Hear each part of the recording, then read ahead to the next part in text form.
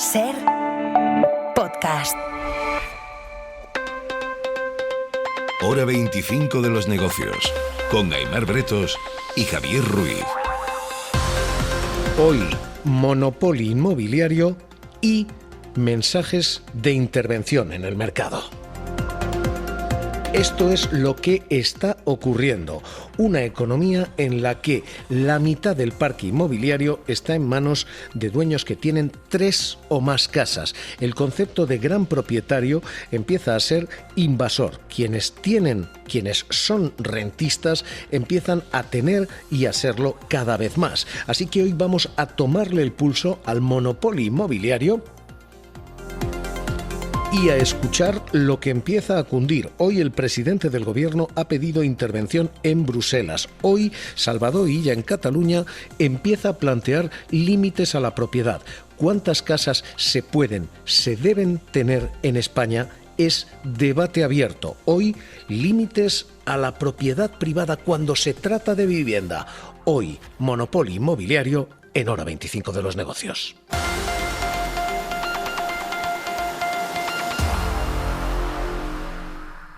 Cariño, ¿me dejas dinero para comprarme una calle? ¡Lo siento, mamá!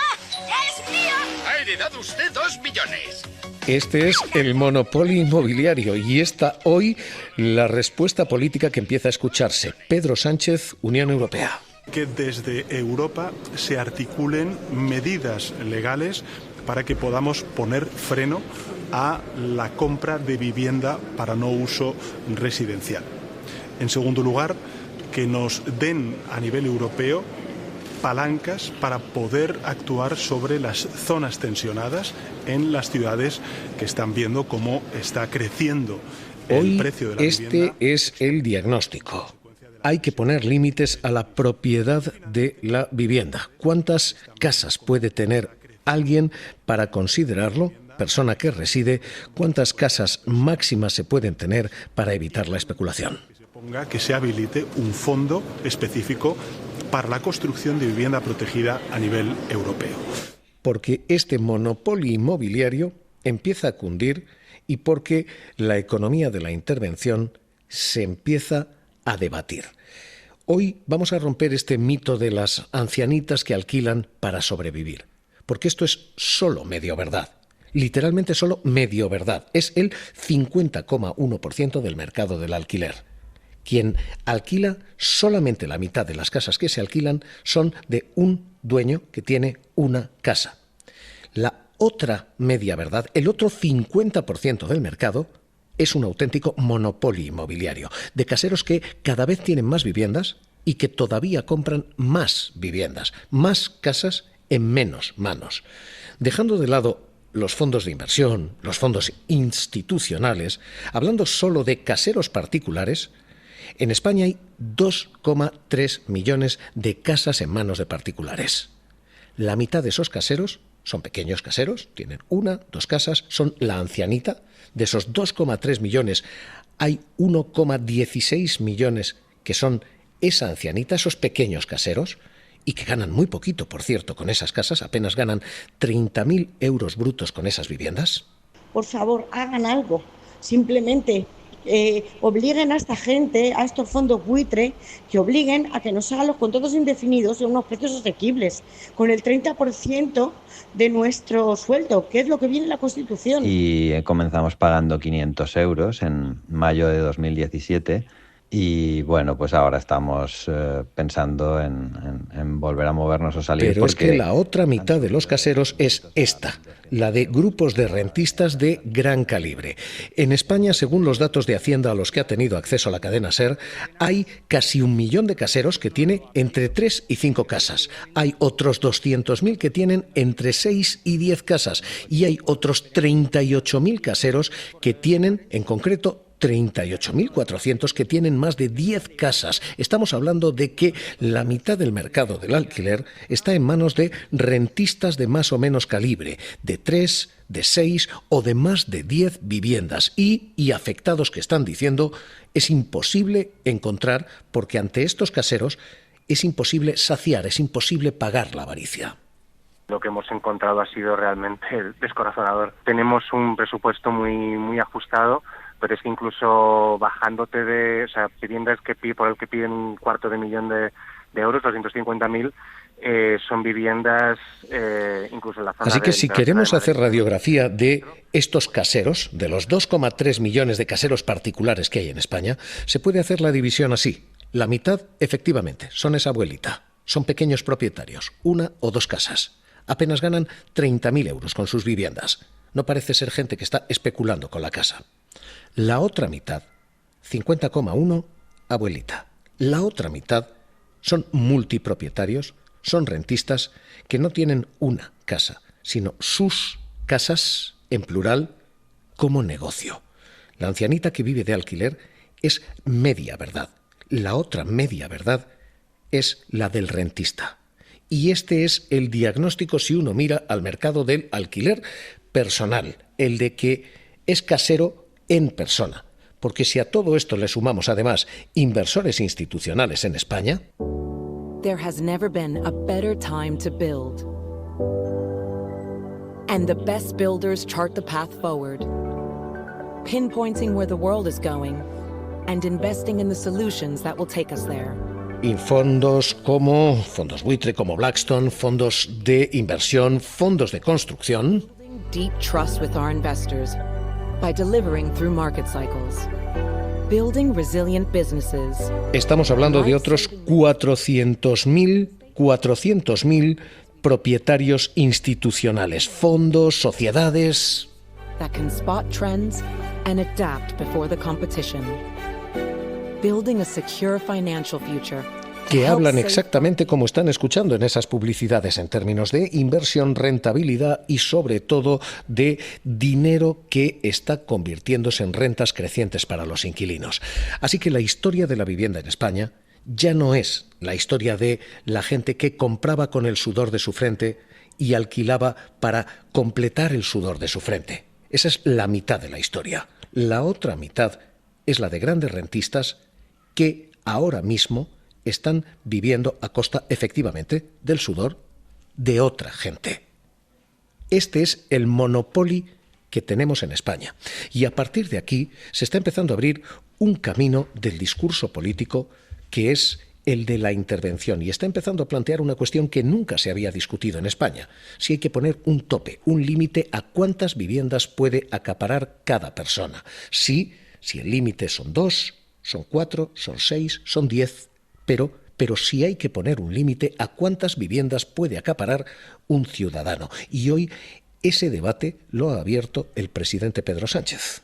Que habilitemos fondos para construcción de vivienda protegida, que pongamos en marcha mecanismos para poder poner freno a la especulación en la compra de vivienda para no uso residencial y finalmente que nos habiliten palancas también poner freno a la especulación en la compra para no uso residencial. En castellano, limitar el número de compras que se pueden hacer para que sean simples primera o segunda residencia, no más. Esto es lo que se está planteando a nivel europeo y es lo que se está desplegando a nivel local. En Catalunya, Salvador Illa ha planteado esa misma medida. El meu govern el que està a favor és de posar per davant de tot l'habitatge com un dret i per tant prendre aquelles mesures que legalment siguin pertinents i siguin possibles. Diciendo la medida es la de vivienda como derecho y per afavorir això. I no ens hem tancat en cap cas a estudiar qualsevol mesura, a estudiar-les bé y anar amb seguretat. Abiertos a estudiar cualquier medida como los límites al número de propiedades. Esto está calando ya en los gobiernos y esto está permeando también por presión de los socios del gobierno. El último en plantearlo ha sido Gabriel Rufián. Es que la gente que tiene pasta pues deje de invertir en casas, que deje de creerse que una casa o que un piso es un bien de riqueza, que la gente que tenga pasta pues que invierta en oro, en bolsa, en Rolex, en criptomonedas, en vino, me da igual, pero que en casas no. Una familia, una casa, y quien quiera especular con vivienda, pues que pague impuestos, que pague muchos más impuestos. Porque si no, nos vamos al carajo. Y este empieza a ser ahora mismo un debate que ha calado. Es un debate legítimo. Se piense lo que se piense de los límites a la propiedad, es un debate servido ya, porque los datos de preocupación sobre el mercado de vivienda en España, según refleja el CIS, han tocado el mismo nivel que cuando explotó la burbuja. Tenemos este grado de preocupación ciudadana y, sobre todo, porque el mercado de vivienda, salvo para quienes se ganan la vida especulando, está empezando a dar señales de alerta. Para los especuladores, esto es un gran mercado al que no hay que tocarle ni un pelo, porque ellos están ganando mucho dinero, pero para todos los demás empieza a haber señales de alarma. La primera la hemos visto hoy. Hoy la compraventa de viviendas cae en agosto. Un 3,4%. Es el peor dato de los últimos 5 años. Y no es preocupante por el punto, por el dato. Un grano no hace granero, pero sí es preocupante porque un mercado más o menos estable, como debiera ser el de la compra de vivienda, empieza a vivir picos especulativos, caídas dramáticas, y estos movimientos empiezan a señalar que está habiendo jugadas especulativas clarísimas en el mercado de vivienda. Y segundo, porque empezamos a ver puntos también publicados hoy. Pablo Anzola, ¿qué tal? Muy buenas noches. ¿Qué tal? Buenas noches, Javier. Que deja puntos, cifras de auténtico vértigo en algunas ciudades. Sí, el INE hace hoy una amplísima radiografía urbanística que permite ver cuánto se paga ya en los puntos más calientes de nuestro país. Es evidente cómo la presión turística y extranjera están presionando los precios al alza, y muestra de ello es que 3 de los 4 municipios más caros para comprar en España están en las Islas Baleares. Atalaya, en Ibiza, es a día de hoy el municipio más caro en nuestro país para comprar una casa. El precio medio allí, en 2024, ha sido de 969.000 euros. En 25 localidades españolas, según el INE, entre las que están Tres Cantos, Alcobendas, Zarauz, Jave o Donosti. Bueno, en esas 25 ciudades el precio de compra ya supera el 500.000 de euros. Esto en la compra. En el alquiler, los datos del INE permiten hacer hoy algo interesante, que es ver cómo están evolucionando los precios entre los que pagan menos. Y es que el 25% de los alquileres más baratos, el cuartil inferior, alcanza ya los 430 euros de media en España. Son, por cierto, casi 120 euros más que hace 10 años. Y, por cierto, la ciudad de Cieza, en Murcia, y también la de Priego, en Córdoba, son ahora mismo los 2 puntos más baratos para alquilar. Eso evidencia que hay que buscar municipios pequeños, de menos de 30.000 habitantes, para poder pagar los 300 euros que se están pagando allí por un alquiler. Esta es la batería de indicadores.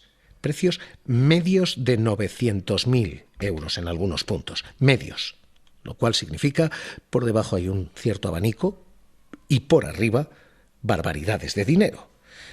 Este monopolio inmobiliario, este 50% en manos de pequeños inversores, ahorradores, que han decidido poner todo lo que tenían en comprarse una casa, quizás luego otra, ese 50% se completa con el otro 50% del mercado. Especuladores con 3, 5, 6, 10, más de 10 viviendas. Y si este es el mercado y la radiografía nacional, 50% abuelitas, 50% buitres, si este es el mercado nacional, en Madrid la proporción es 63% buitres y solo 1 de cada 3 pequeños propietarios, pequeñas abuelitas. 2 de cada 3 casas están en manos de rentistas en Madrid. Es curioso porque esos grandes propietarios, con 3, 6 o 10 casas o más, viven todos concentrados en esa capital. Hay 162.000 propietarios que alquilan la vivienda en Madrid con 1 o 2 casas. Pero los otros 2/3, hasta completar el casi 500.000, tiene 3, tiene 5 o tiene 10. En Madrid hay más caseros que tienen 5 casas que caseros que tienen 1. Este es ahora mismo el monopolio que estamos viendo dibujarse en España con la vivienda. Cada vez más viviendas en menos manos. Y a partir de aquí, el discurso alternativo está siendo el de liberalizar el mercado completamente desde el lado de la derecha. ¿Qué no vamos a hacer? No vamos a intervenir la vivienda, ni del alquiler ni de la venta. Esto se ha demostrado fallido allá donde se ha aplicado. Limitar e intervenir la vivienda siempre demuestra que paraliza el mercado, siempre. Vamos a defender la propiedad privada como un principio, ni tampoco vamos a seguir multiplicando los trámites, porque esto, la burocracia... Frente a un discurso de intervención del mercado que está creciendo. que hemos cristalizado en un borrador de decreto ley que queremos negociar con el Partido Socialista, que incluye, 1, la prórroga y congelación de los alquileres. Hay 300.000 alquileres que van a vencer en los próximos meses. Bueno, queremos congelarlo para que la gente no se encuentre con una subida del 30, el 40, el 50% en su alquiler. 2, que paguen impuestos los propietarios de 4 o más viviendas. ¿Cuántas casas necesitas? 2, 3, 4, 10... Bueno, pues que paguen un 5% de impuestos quien tenga más de 4 o más casas. Y 3, prohibir la compra especulativa de vivienda. El año pasado, hasta 6 de cada 10 viviendas se pagaron al contado, a tocateja. Son fondos que las compran para ponerlas a alquiler a precios abusivos. Entonces, regularlo para que sea a precios de alquiler asequible. El concepto de monopolio inmobiliario lo ha desarrollado el autor de El secuestro de la vivienda, el director del área de vivienda y ciudad del Instituto de Investigación Urbana, Jaime Palomera. ¿Qué tal? Muy buenas noches. Hola, buenas noches. Señor Palomera, el diagnóstico está hecho. Hoy lo que tenemos es una alternativa en la política. Hoy Pedro Sánchez, hoy Salvador Illa y hoy los socios del gobierno dicen hay que empezar a poner límites a la propiedad o impuestos prohibitivos a quien tenga más de un número determinado de viviendas. ¿Cuál es la salida? Sí, bueno, cuando empecé a hablar de esto hace aproximadamente un año, que de hecho estuve en el Congreso de los Diputados, la mayoría de diputados ahí presentes me miraban prácticamente como a un marciano, es decir, que mi percepción fue que nunca habían escuchado lo que yo ahí expliqué, que venía básicamente de los estudios que hemos realizado en los últimos años. Como decías, hay una dinámica de monopolio, pero además es un monopolio amañado, básicamente porque tenemos unas reglas fiscales que lo que hacen es acelerar la concentración de propiedades en pocas manos. Y lo explico muy brevemente. Ahora mismo, por ejemplo, quien puede crear una sociedad inmobiliaria paga menos impuestos que el resto de ciudadanos cuando compra casas. Paga menos por esa casa, por lo tanto, que cualquier persona que se la quiera comprar para vivir. No solo eso, sino que además también tiene bonificado el impuesto de sociedades. Si quiere convertir esa vivienda en un alquiler turístico, paga menos IVA. Y además, las rentas inmobiliarias que vienen del alquiler, quienes tienen pisos en alquiler, tampoco tributan, o tributan mucho menos que las rentas del trabajo. Esto es importante que la gente lo entienda. Cuando tú vives de tu trabajo, tú tributas sobre el 100% de lo que ganas, cuando pagas el IRPF. En cambio, si vives de alquileres, si solo tienes pisos en alquiler, aunque no seas un fondo de inversión, solo tributas sobre el 50% de lo que ganas. ¿Qué está haciendo toda esta fiscalidad? Está incentivando que quien tiene dinero pues busque hacerse más rico comprando casas que le salga más barato que al resto y cobrando alquileres cada vez más elevados. Frente a estas reglas fiscales, lo que propongo desde hace tiempo es que cambiemos el sistema y que incentivemos que la gente pueda tener una casa y que penalicemos la acaparación y la especulación con las casas. Y eso significa que quien tiene 2, 3, 4, 5 va pagando cada vez una tasa de impuestos, una fiscalidad mayor. Exactamente. El modelo en el que me baso para plantear esto es el de Singapur. Singapur es una ciudad global que para quien sigue, por ejemplo, la escuela austríaca, algunos liberales, les encanta hablar de Singapur para determinados sectores de la economía, pero Singapur es una economía mixta y, por ejemplo, la vivienda como derecho está muy protegido. ¿Qué hacen ahí? Si tú te quieres comprar una casa, está bonificado fiscalmente. El gobierno te ayuda a tener una casa para vivir. Pero a partir de la segunda propiedad, de la segunda vivienda, ya empiezas a pagar más impuestos. Lo que aquí sería el ITP, el impuesto de transmisiones patrimoniales, ahí para la segunda casa ya es un 17%. Y se va incrementando, un 25% y va subiendo. Es para que la gente nos entienda como el IRPF, ¿verdad? Que el IRPF funciona por tramos. Cuanto más ingresas por tu trabajo, pues pasas, ¿no? Cuando ingresas un poco más, pasas a un tramo superior. Pues bien, lo que hacen ahí es lo mismo, pero con los activos vivienda. Cuantas más propiedades quieres tener, más impuestos, más tramo, más porcentaje se te aplica. Y el tope. Hoy empieza a plantearse esto, el tope de decir un número determinado de casas y por encima de eso, prohibición. ¿Es factible? Esto ya se está haciendo en Europa. Esto es lo que hace Países Bajos. Los holandeses a principios de 2022 hicieron una ley que permite a los municipios en una situación grave, con problemas de acceso a la vivienda, les permite a estos municipios limitar la compra de vivienda a quien va a vivir en esa casa al menos 4 años.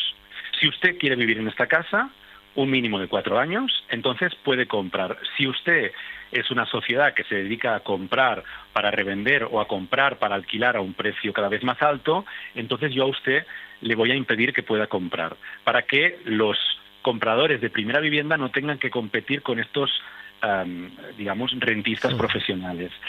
Pero yo te diría que esta medida, si bien es factible, porque ya se está haciendo en un país europeo como Países Bajos, no es tan efectiva como un cambio mucho más global del sistema fiscal como el que te comentaba antes. Pues Jaime Palomera, director del área de vivienda y ciudad del Instituto de Investigación Urbana, autor del libro El secuestro de la vivienda, gracias como siempre por estar aquí en Hora 25 de los Negocios. Un abrazo. Muchas gracias, un abrazo. Hoy esta cuestión, límites a la propiedad o modificaciones a la fiscalidad, se están abriendo paso porque hasta los bancos hoy han hecho sonar la campana de alerta. Yo espero que entremos todos en razón. Es cierto que este año ha habido un desajuste importante porque, la verdad es que los tipos han subido. Hoy Bankinter ha hablado de irracionalidad hipotecaria. Enseguida. Hora 25 de los negocios. Cadena SER. En los mercados, Donald Trump anuncia tremendas sanciones al petróleo ruso y hoy el crudo se dispara. Un 6,2%. Está subiendo el precio del barril. Roberto Scholtes, director de estrategia de Singular Bank. ¿Qué tal? Muy buenas noches. Buenas noches. ¿Es un susto o esto es otra cosa? ¿Esto es algo más? No, es un susto que no va a revertir la sobreoferta que va a haber en el mercado con esos incrementos tan rápidos, tan fuertes de cuotas de producción de la OPEP. El mercado va a seguir sobreabastecido. El crudo ruso acabará encontrando algunas formas, aunque sea a menor precio, de colocarse en mercados emergentes. Así que creemos que es un rebote meramente técnico. 6% hoy. ¿Esto, rebote técnico, significa que todavía puede darnos algunas sesiones de malestar o esto se modera rápidamente? Debería de moderarse rápidamente. Es un cierre de posiciones cortas de muchos hedge funds, pero el nivel de equilibrio que nosotros estimamos para el barril de Brent está alrededor de los $62 y debería estar volviendo allí más pronto que tarde. Hoy el otro nombre del día, porque el primero ha sido aquí Repsol, subiendo y beneficiándose por esto, el otro ha sido Bankinter. Bankinter hoy ha presentado resultados un 11% arriba. Gloria Ortiz los presentaba así. Siguen siendo unos resultados muy satisfactorios. Hemos alcanzado los 812 millones de euros de beneficio. Pero hoy Bankinter se ha venido abajo en bolsa. Scholtes, esto de nuevo, un susto, un capítulo o la banca empieza a estar en jaque. No, empieza a estar en precio. Al final va sufriendo esa compresión lenta de los márgenes con los recortes de tipos del Banco Central Europeo. La morosidad está baja, pero ya tampoco puede bajar mucho más. Las valoraciones se han normalizado en los últimos meses y a partir de ahora pues ya la mayor parte de la rentabilidad vendrá por unos dividendos que siguen siendo muy atractivos. Pues Roberto Scholtes, director de estrategia de Singular Bank, gracias por su análisis con nosotros aquí en la SER. Un abrazo y muy buenas noches. Muchas gracias. Hoy, el día en que hemos leído Monopolio Inmobiliario y discursos de intervención. Hora 25 de los negocios, cerramos. Para no perderte ningún episodio, síguenos en la aplicación o la web de la SER, Podium Podcast o tu plataforma de audio favorita.